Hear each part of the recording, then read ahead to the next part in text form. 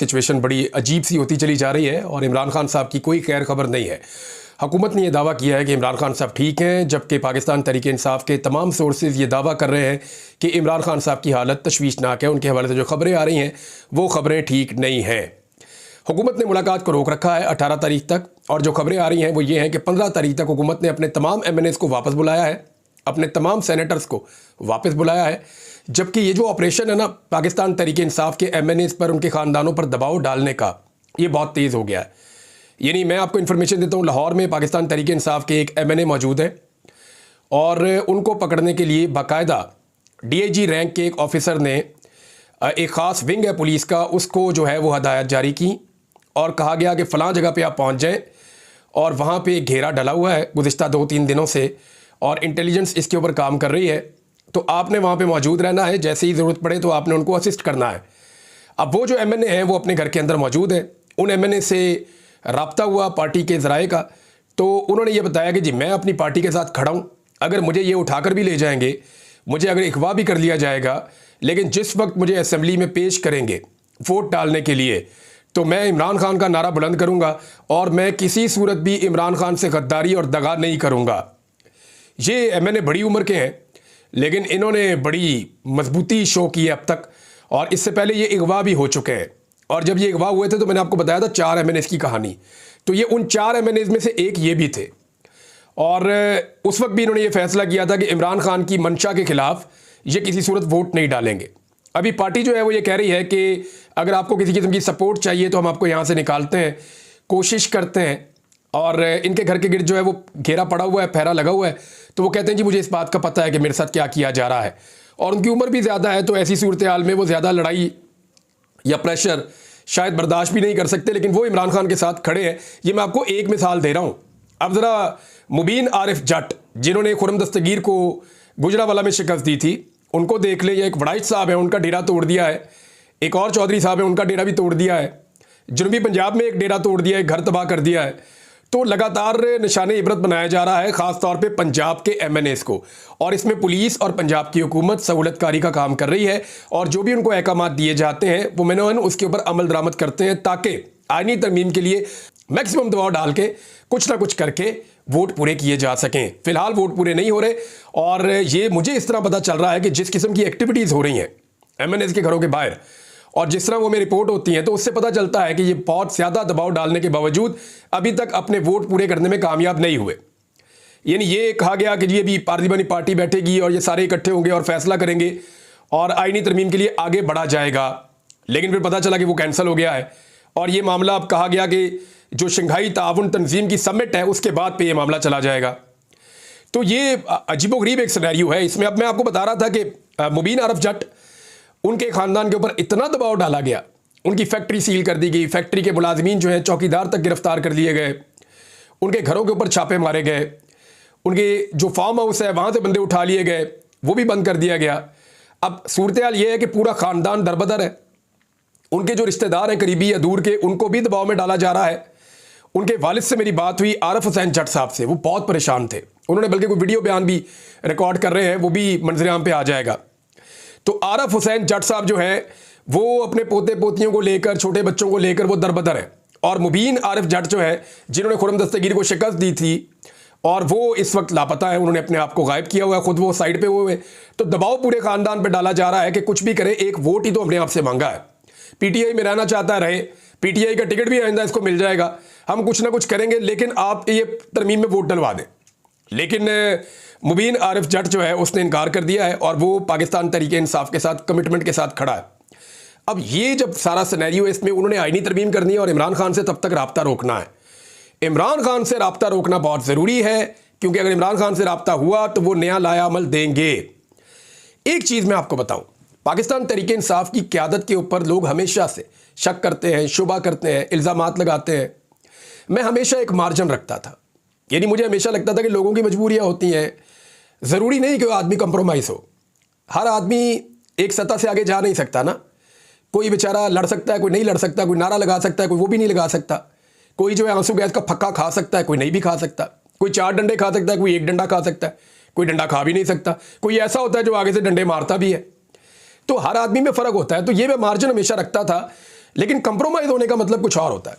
Compromise होने का मतलब ये होता है कि आप मुझे ना छेड़ें, मैं आपके लिए थोड़ा बहुत मार्जिन क्रिएट करूंगा।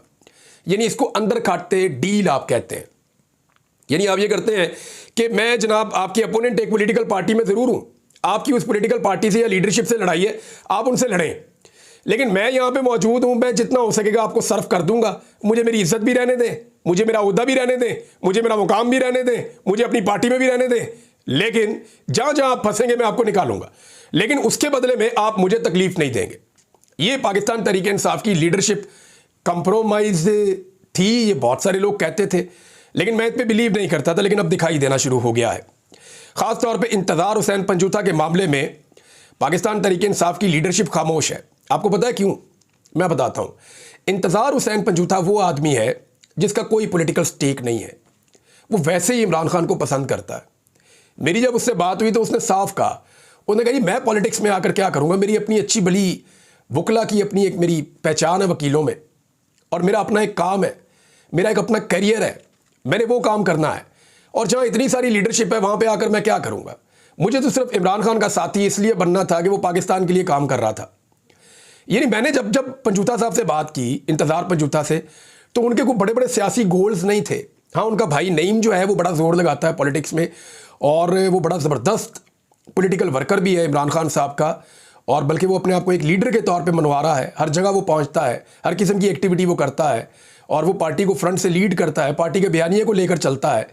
तो वो तो नईम का एक अलग है। लेकिन इंतज़ार हुसैन पंजूथा जो है उसका सिर्फ एक मामला था जिस पे पार्टी की लीडरशिप को प्रॉब्लम थी। वो ये था कि वो जो बाहर देखता था या सुनता था या जो इंफॉर्मेशन उसको मिलती थी, वो उसके अंदर जेर ज़बर का इजाफा या कमी किए बगैर वो सीधा जाके इमरान खान को बताता था कि जनाब बाहर ये हो रहा, एग्जैक्ट सिचुएशन ये है। वो किसी का पर्दा नहीं रखता था, क्योंकि इमरान खान को उस पर इस बात का भरोसा था कि ये मुझे हकीकी पिक्चर दिखाएगा। अब वो लीडर है, उसके पास पूरी इंफॉर्मेशन होगी तभी वो कोई फैसला करेगा। लिहाजा इंतज़ार हुसैन पंजूथा वो आदमी है जो बाहर की पूरी इंफॉर्मेशन बगैर लगी लिपटी के, कड़वा सच भी है तो हर चीज़ इमरान खान के सामने रख देता है। दूसरा, इमरान खान इंतज़ार हुसैन पंजूथा को जो भी इमरान खान ने कहा, जो भी इंस्ट्रक्शन दी, इंतज़ार हुसैन पंजूथा ने बाहर आके पार्टी की आदत को एज इट इज़ बता दिया। कोई चीज़ छुपा कर नहीं रखी, कोई चीज़, यानी आपको याद होगा जब एक इशू हुआ था तो पार्टी डिवाइड हो गई थी शेर अफजल मरवत वाले मामले पे, तो इंतज़ार हुसैन पंजूथा है, उन्होंने बगैर इस बात की परवाह किए कि लोग उनके बारे में क्या कहेंगे, उनके ऊपर बैकलैश आएगा, उन्होंने डायरेक्टली जो था वो बोल दिया। तो इस आदमी को इस बात की परवाह नहीं थी कि उसको कितना डैमेज होता है या लोग उसके बारे में क्या कहेंगे। उसको सिर्फ ये था कि मैंने इमरान खान को बाहर की दुनिया के साथ जोड़ कर रखना है, पार्टी के साथ जोड़ कर रखना है, और इमरान खान उस पर भरोसा करते थे। अब पार्टी की लीडरशिप में बहुत सारे लोग ऐसे हैं जो ये चाहते हैं कि अंदर से पूरा सच बाहर ना आए, और वो ये भी चाहते हैं कि बाहर से पूरा सच अंदर ना जाए। तो ये एक ऐसा आदमी था, एक ऐसा लिंक था जिसको तोड़ना बहुत ज़रूरी था। तो इंतज़ार हुसैन पंजूथा हो गए गायब। अब एक बात आप याद रखिएगा कि पार्टी के अंदर बहुत सारे लोग हैं, आपने देखा होगा एक लफ्ज़ नहीं बोल रहे। अगर वो ना बोले ना अगले 2-3 दिन तक, तो फिर मैं बोलूँगा।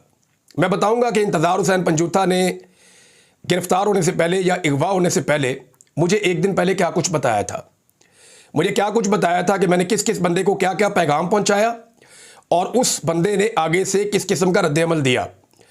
और वो जो रद्द-ए-अमल है ना, वो जब पाकिस्तान तहरीक इंसाफ के लोग सुनेंगे तो उन्हें पता चलेगा कि कितने लोग कहाँ कहाँ पे बैठे हुए कंप्रोमाइज्ड हैं।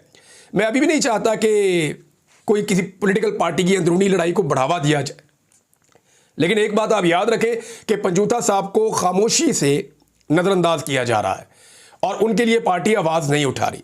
तो पार्टी की आदत को उनके लिए आवाज़ उठानी चाहिए, खासतौर पे उन लोगों को जो इमरान खान का भला चाहते हैं और इमरान खान का राबता पाकिस्तानियों के साथ चाहते हैं। क्योंकि जो लोग ऐसा नहीं चाहते, जो लोग चाहते हैं कि इमरान खान कट जाए, अलग हो जाए, हम मौजे करते रहें बाहर और हमें कोई पूछने वाला ना हो, तो वो लोग कभी आवाज़ नहीं उठाएंगे। इंतज़ार हुसैन पंजूथा के लिए भी और इमरान खान की बहनों के लिए भी। यानी इमरान खान की बहनें वो दूसरा लिंक है ना तगड़ा, जो अब वो पॉलिटिकल तो है नहीं, अब वो इतना अच्छा उनका पॉलिटिकल एनालिसिस भी नहीं होता, लेकिन वो इमरान खान को जो सुनती हैं, देखती हैं, वो आके बता देती हैं, और इमरान खान जो उन्हें कहते हैं वो बाहर आके बोल देती हैं। लिहाजा इमरान खान की बहनें जो हैं वो दूसरा लिंक हैं, वो भी अंदर है, और उनके बारे में भी पार्टी कितना जोर लगा रही है ये हम सब देख रहे हैं, और पाकिस्तान तहरीक इंसाफ का कारकुन भी देख रहा है। पाकिस्तान तहरीक इंसाफ ने मुराद सईद साहब ने ये बात की और फिर फौरी तौर पे इन्होंने अनाउंस कर दिया कि अब डी चौक में 15 तारीख को हम दोबारा आ रहे हैं। अगर इमरान खान साहब से मुलाकात नहीं करवाई जाती तो इस्लामाबाद हाई कोर्ट में इमरान खान से मुलाकात वाला जो मामला उनकी बहन ने केस किया था, अब इंटरेस्टिंगली वो मामला जो है वो जाना तो चीफ जस्टिस के पास ही था ना, क्योंकि इमरान खान से रिलेटेड हर केस को chief justice Islamabad high court ये समझते हैं कि उन्हीं के पास लगना चाहिए और वो ऑटोमेटिकली उनके पास जाके लग जाता है। समझ नहीं आती, वो केस जाके उनके पास लग गया तो जब लगा तब ये हमें पता था कि ये नहीं मिलने देंगे, क्योंकि निज़ाम नहीं चाहता कि इमरान खान से मुलाकात हो 18 तारीख तक। तो उन्होंने कहा जी जब पाबंदी खत्म हो जाए ना तो इनकी मुलाकात करवा दीजिएगा। तो ये फैसला देने की ज़रूरत क्या थी? पाबंदी खत्म होगी तो ऑटोमेटिकली मुलाकात हो जाएगी ना, फिर तो आपको ऑर्डर देने की जरूरत नहीं है। मेरे ख्याल में पाकिस्तान तहरीक इंसाफ को फौरी तौर पे इस ऑर्डर को चैलेंज करना चाहिए, ताकि इसको एक डीबी बैठ के सुनेगी, 2 जजेस सुनेंगे। तो ये जो ऑर्डर दिया है इस्लामाबाद हाई कोर्ट के चीफ जस्टिस ने, अगर तो उन्होंने तहरीरी ऑर्डर जारी कर दिया है तो, क्योंकि बाद का तहरीरी ऑर्डर इसलिए डिले किया जाता है ताकि उसके ऊपर अपील ना की जा सके। तो अगर तो तहरीरी ऑर्डर आ गया तो फौरी तौर पे अपील करनी चाहिए और डबल बेंच के अंदर जाके यही बात करनी चाहिए कि जनाब मुलाकात करवाएं इमरान खान से। अब मुलाकात जो है वो करवाई नहीं जा रही और डी चौक में आने का ऐलान पाकिस्तान तहरीक इंसाफ ने कर दिया है। यहां मैं आपको फिर कहूंगा कि रिस्पॉन्सिबिलिटी अली अमीन गंडापुर के कंधों पर आ गई है। वजह यह है कि डी चौक पे जो कुछ हुआ गुज़िश्ता दफा, जितनी ताकत के साथ लोग पहुंचे, जो कुछ अली अमीन गंडापुर ने जोर लगाया, यानी वो भी तारीखी है एक। अगर आप मोटरवे पे इस्लामाबाद एंट्री से पहले, या चले मैं आपको बताता हूं, टूल प्लाजा से पहले वाला अली अमीन गंडापुर कुछ और था और टूल प्लाजा के बाद वाला अली अमीन गंडापुर कुछ और था। ये मैं आपको बड़ी जिम्मेदारी के साथ कह रहा हूं। यानी टूल प्लाजा से पहले जो जिद्दोजहद, जो कोशिश, जो जोर लगाया और जो ब्रूटैलिटी का सामना किया फस्तायत का अली अमीन गंडापुर ने, उसकी मिसाल पाकिस्तान की तारीख में नहीं मिलती। लेकिन टूल प्लाजा के बाद जीती हुई लड़ाई को जैसे हारा और फतह का ऐलान किए बगैर गायब हो गया और सिर्फ पुलिस की गिरफ्तारी से वो छुपता रहा, वो गंडापुर कुछ और था।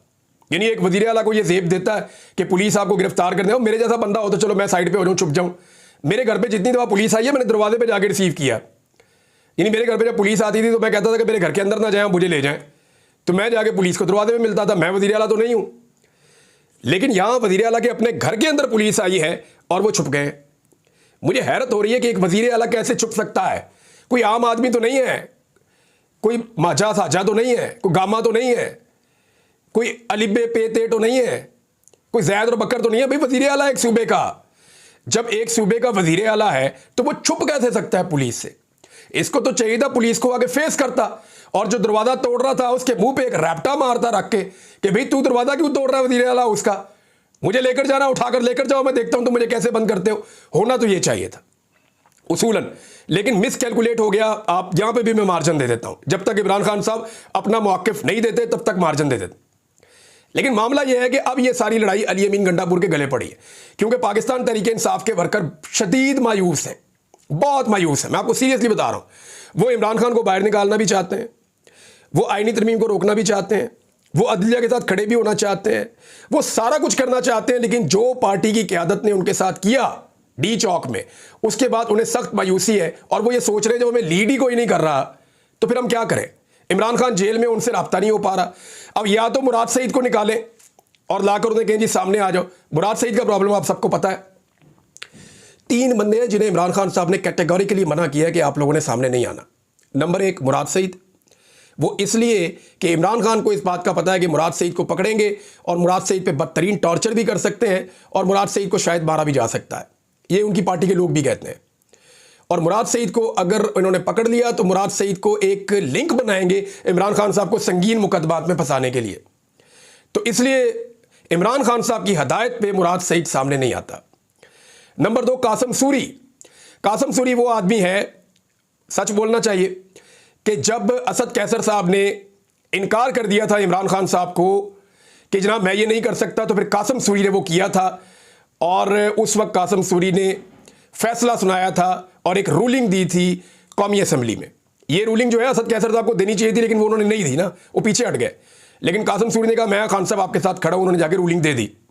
उस रूलिंग की बुनियाद पे आज भी इमरान खान साहब को जो है वो गद्दारी का और आइन से गद्दारी का मुकदमा उन पर बनाने की बार बार कोशिश की जाती है। तो उसमें कासिम सूरी को पकड़ के रगड़ा दे के और कोशिश की जाएगी कि इसमें इमरान खान साहब को फंसाया जाए। तो ये दूसरा आदमी है जिसको इमरान खान साहब कहते हैं कि मंजर आम पे बिल्कुल नहीं आना, यानी इनका कंट्रीब्यूशन यही है कि ये सामने ना आए। लेकिन कासिम सूरी पहले पाकिस्तान में थे, फिर अमेरिका में चले गए हैं। वो अभी भी एक्टिविटीज़ कर रहे हैं, वो अपनी पॉलिटिकल पार्टीज के लिए आवाज़ उठा रहे हैं। उनके सारे घर वालों को भी गिरफ्तार कर लिया, उनकी जो प्रॉपर्टी है उस पर भी कब्जा कर लिया, उनका जो कारोबार है वो भी बंद कर दिया। तो कासिम सूरी को तो इन्होंने निशाने इबरत बनाया। इसी तरह मुराद सईद के घर वालों के साथ भी हुआ। मुराद सईद को बहुत लैंडलॉर्ड तो नहीं था, कोई बहुत अमीर आदमी तो नहीं था, लेकिन इसके बावजूद जो कुछ भी था उन्होंने सेक्रीफाइस किया है, उनकी फैमिली को बहुत अजियत का निशाना बनाया है। इसी तरह कासिम सूरी की फैमिली को लगातार अभी तक अजियत का निशाना बनाया जा रहा है, उनके जानने वालों को भी। लेकिन कासिम सूरी को भी ये था कि अगर कासिम सूरी पकड़ा गया तो इमरान खान को एक नए मामले में लपेटा जाएगा। लिहाजा इमरान खान की इंस्ट्रक्शन पे उन्होंने भी गिरफ्तारी देने से गुरेज किया और वो रूपोश हो गए। लेकिन जब वो रूपोश थे तो वो कुछ कर नहीं पा रहे थे, फिर वो अमेरिका चले गए। वहाँ जाके वो एक्टिविटीज़ में हिस्सा लेते हैं, पॉलिटिकल एक्टिविटीज़ में, और ना सिर्फ पॉलिटिकल एक्टिविटीज़ में बल्कि पार्टी के जो फैसले हैं उनके अंदर वो कमेटी में शामिल है और उन फैसलों का एक हिस्सा भी हैं। जुल्फी बुखारी, इनको भी इमरान खान साहब ने रोका कि आपने गिरफ्तारी नहीं देनी और आपने गिरफ्तार नहीं होना, क्योंकि इसको भी पकड़ के इमरान खान के खिलाफ कोशिश की जानी थी कि मुख्तलिफ मुकदमात में मुलविस किया जाए। जुल्फी बुखारी का भी यहाँ पे यही हुआ, जो उनकी आबाई ज़मीन है वो सारी कब्जा कर ली गई, उसके ऊपर जो है वो हर चीज़ जब्त कर ली गई और उनके ऊपर मुकदमात बनाए गए। लेकिन यही जुल्फी बुखारी है जो पाकिस्तान से बाहर रहकर इमरान खान के ज़्यादा काम आए। यानी वहाँ इन्होंने बहुत सारे मामला संभाले, यानी यूएन के अंदर जो हुआ, आलमी सतह पे मुख्तलिफ मुल्कों में जो करारदादें आई, जो कुछ यूनाइटेड स्टेट्स में हुआ, जो कुछ यूएन में हुआ, अक़वाम मुत्तहिदा में हुआ, जो इस वक्त बरतानिया में हो रहा है, जो कनाडा में हो रहा है, तो ये सारा का सारा मामला आलमी सतह पे इमरान खान साहब के केस को जो उठाया है वो जुल्फी बुखारी ने उठाया और उसकी कीमत भी अदा की है। तो ये तीन आदमी मैं आपको कैटेगरिकली बता रहा हूँ, इनको तो इमरान खान साहब चाहते ही नहीं है कि ये सामने आए और गिरफ्तार हो। तो बात कहाँ से चली और कहाँ तक पहुँच गई। लेकिन अब मामला ये है कि लीड कौन करेगा। क्या अली अमीन गंडापुर साहब दोबारा आएंगे तो लोग उनके साथ आएंगे और उस तरीके से आएंगे डी चौक के लिए, ये एक बड़ा सवाल है। गंडापुर ने कहा था मैं दोबारा आऊँगा। अब अगर इमरान खान को नहीं मिलाया जाता तो क्या 14 तारीख को गंडापुर वंस अगेन या 15 तारीख को दोबारा से गंडापुर साहब, ये बड़ा इम्तिहान है उनके लिए, एक बड़ा काफिला लेकर खैबर पख्तूनख्वा से दोबारा डी चौक के लिए निकलेंगे। कुछ लोग ये कह रहे हैं कि गारंटी दे दी गई है कि अब पाकिस्तान तहरीक इंसाफ इस्लामाबाद नहीं आएगी। तो क्या वाकई कोई ऐसी गारंटी दी गई है? ये बड़े सवाल आते हैं, इनके जवाब हमें आने वाले दिनों में मिलेंगे। आईनी तरमीम के लिए जितना जोर लगाया जा रहा है ये आप सब अच्छी तरह जानते हैं। कुछ लोग ये कह रहे हैं कि शायद कोई तरीके दम पेश कर दी जाएगी ताकि हफ्ता 10 दिन जो है वो डिले में चला जाए मामला और कादी फायदी सा रिटायर हो जाए इस बीच में। तो मैं आपको ये भी बता देता हूँ, लेकिन अगले वीलॉग में ज़रा तफसील से बताता हूँ। टाइम जो है वो बहुत कम रह गया है। सियासी कमेटी ने जो है वो फैसला किया है और वो ये है कि 15 तारीख को पाकिस्तान तहरीक इंसाफ दोबारा डी चौक की तरफ निकलेगी और इसलिए पंजाब के जो एहतजाज हैं वो कैंसिल कर दिए गए हैं, जबकि 26वीं आईनी तरमीम का जो डाटा है वो पेश कर दिया गया है, हुकूमत ने पेश कर दिया है। फजलुर रहमान साहब ये कह रहे हैं कि कमेटी में चीज़ें आ गई हैं। लेट्स सी वहाँ क्या होता है।